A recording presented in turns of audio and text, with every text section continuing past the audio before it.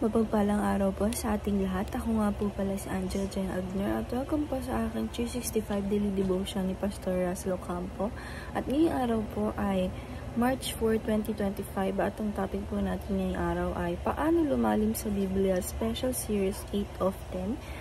Topic po natin is Davidic Covenant and ang scripture po natin ngayong araw ay 2 Samuel chapter 7 verse 11 to 13. Sabi po dito sa Tagalog, mula sa araw na ito, ako'y humirang ng mga hukom sa aking bayang Israel at bibigyan kita ng kapahingahan sa lahat ng iyong mga kaaway. Bukod sa rito, ay sinasabi sa inyo ng Panginoon na igagawa ko ng Panginoon ng isang bahay.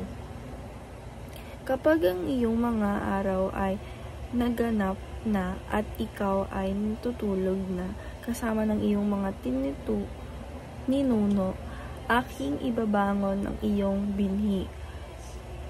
Pagkatapos mo na magmumula sa iyong katawan at aking itatatag ang kanyang kaharian.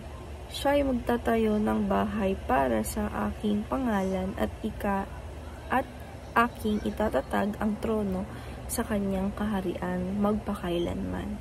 And then teaching number 1 po natin is ito po yung the Davidic Covenant. David's son will be the builder of temple.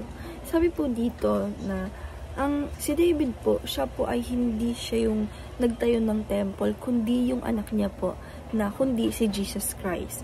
Jesus Christ, na siya po yung nagtayo ng temple natin at ito po ay katawan ng ating Panginoong Jesucristo. And teaching number 2, David's son will rule the nation with the scepter. Sabi po dito na ang ating Panginoong Jesucristo is the rule. Siya yung maghahari ng buong nations.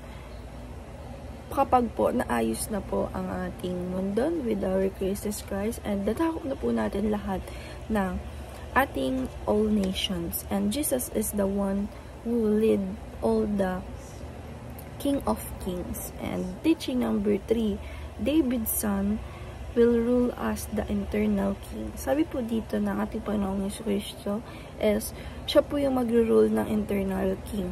Kasi nga po sabi sa Biblia, yung king daw po is hindi dapat namamatay at dapat buhay. But Jesus Christ is the one na eternal king na namatay at muling nabubuhay. And application number 1, shame by living out the life of Christ is in us. Sabi po dito na shine by living out, na yung buhay po natin, na buhay po natin ngayon, or life po natin ngayon is isama po natin yung ating Panginoong Jesucristo sa buhay natin ngayon, na nag-shine po ito, na nag-live out tayo with our life. And application number 2, seek Christ's approval in our all decision.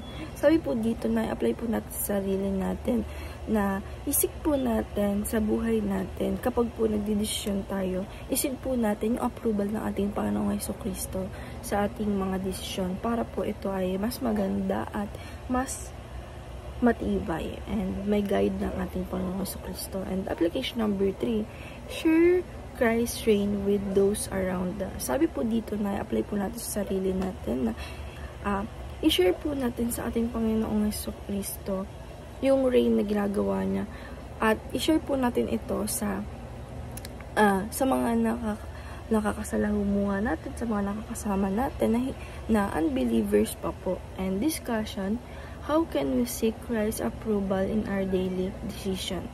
Para po sa akin at para po sa devotion ngayong araw, na masisik po natin yung Christ's approval kapag po tayo ay nag-wish, nagdasal po tayo at sinama natin yung decision natin doon, na parang humihingi tayo ng approval sa ating Panginoong Jesucristo. And ayun lang po ngayong araw. Maraming salamat. God bless.